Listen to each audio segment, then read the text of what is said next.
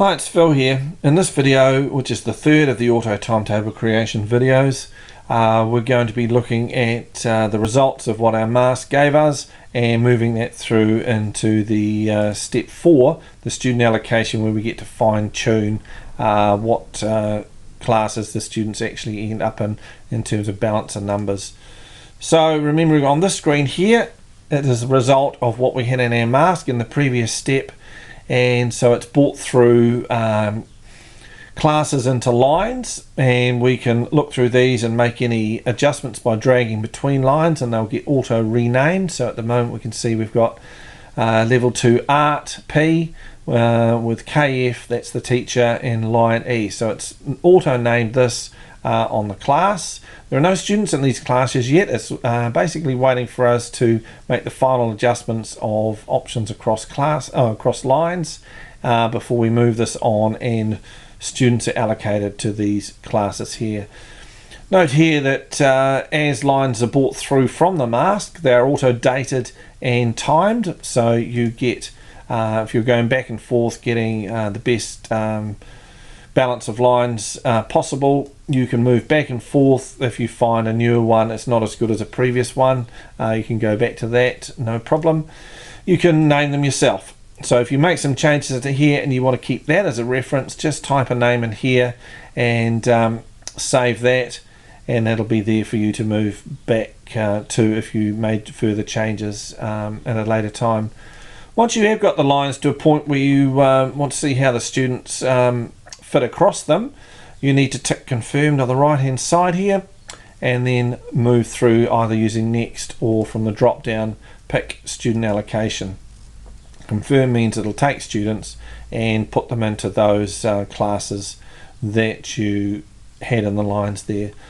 So on this screen here, first thing you may want to do is have a look at the percentage fit. So that's the percentage of students that managed to put into classes, and view the unallocated students. Those are the ones that for reasons of just couldn't manage to fit the students into any of a class or two. If we click that, we can see who those students are and have them as a reference, so they appear wherever your browser puts a downloaded file. We'll open that up and have a look, and we can see that if we open up that there, random student here was not assigned a subject class, so L2 MEC, so it was struggling to get a handful of students into L2 MEC, so they're missing a class, and a couple of students here it couldn't get into Japanese, and that's just the combinations of subjects just didn't allow them to get into those classes. So we need to keep an eye on that, and you'll need to manually adjust that as you saw fit. So let's go back to our allocation screen.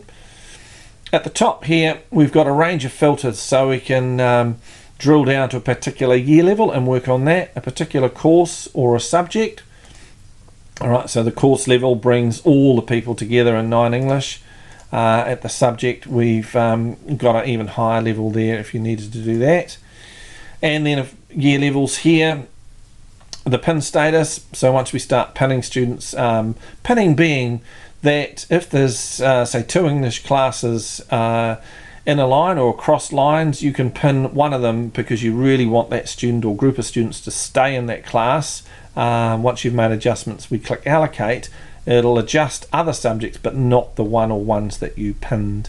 Maybe you've got an accelerant class or a specific reason to fix a student or students with a particular teacher or in a particular line. That's where you would use pinning, and we'll show you the techniques for pinning individuals or year levels or particular courses shortly. Clash status, so that's if you just wanted to filter down to see the subjects that were clashing. So the students, as we can see in a sample here, this very obvious fact that the student has chosen geography and history, but this color coding here, chosen with clashes, is telling us that in this one particular line that student is clashing between 2 subjects they've chosen to take.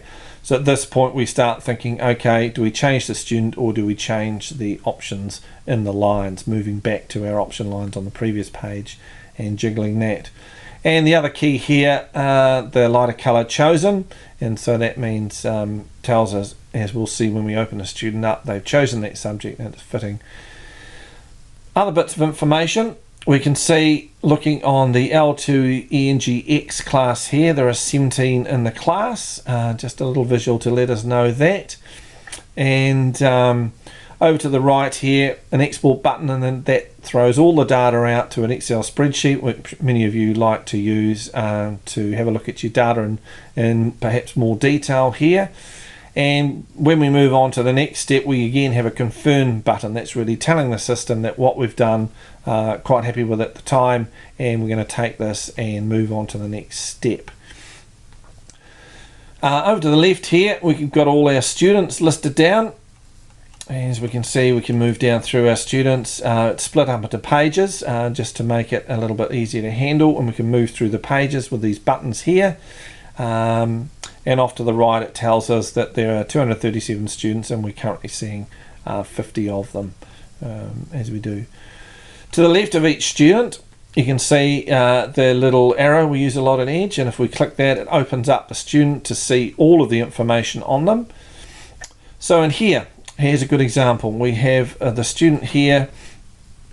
They are chosen to be, the system has chosen them to be in L2 English X with BL, but there is another choice in that line that we could manually change to, and that's L2 English X with HD, also in the same line.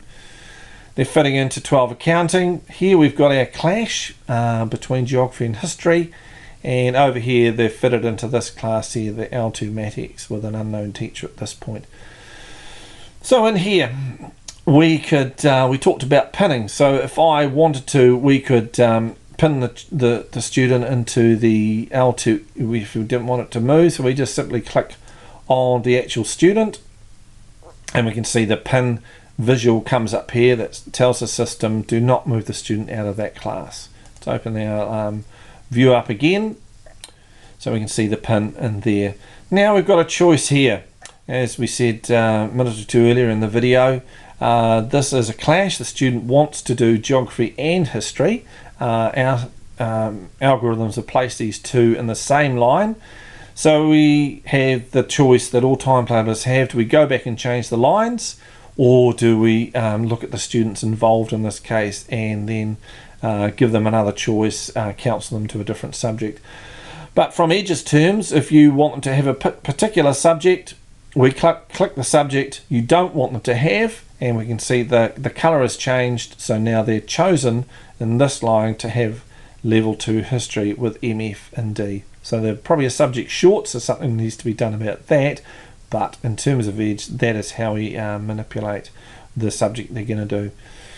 So prior to this, probably you've drilled down to a particular year level and you've worked your way through that, but in essence that is how you are manipulating students to get the least number of clashes and fit them into classes as you see fit, or with the input of others. Now the pinning, let's close up our student here. So we saw that by clicking a subject they're pinned and unpinned. So just clicking the name of the subject, that particular student has that subject pinned or unpinned. If I hold the control key and click the subject, then all L2 English X with BL will be pinned. As we scroll down and see those ones, I can then control click that again and those ones will be unpinned. If I click the year level, I get the pop-up that says pin all or unpin all, so I'm going to pin all, and all year 12 subjects will be pinned, as we can see up and down the page on all students. So all year 12 subjects are going to be pinned to fix those in place. So we've got sort of 3 layers of pinning there, and if I click our 12 again, up comes the unpin all, and all those pins will disappear. So remembering the pinning is for stopping those subjects being reallocated once we've made other changes, when we click allocate to have those subjects pushed into classes according to the algorithms underneath. Once we've finished with sorting our students on this particular page, we would again click confirmed and then move on to the final steps of our timetable. So if we move through to that screen for now, make timetable. And here we get a series of details to let us know where we're at. So option lines connected, that's telling us they're not done. So what that's talking about there, we're going to quickly flip back to a step in configuration. It means in the connect option lines, and here we haven't clicked save. So rather crucial thing. So this is how we looked about in configuration, but we left it unsaved to give you that little heads up there. And so if I click save through here, I get the prompt to tell us that's now saved. If we dive back into make timetable,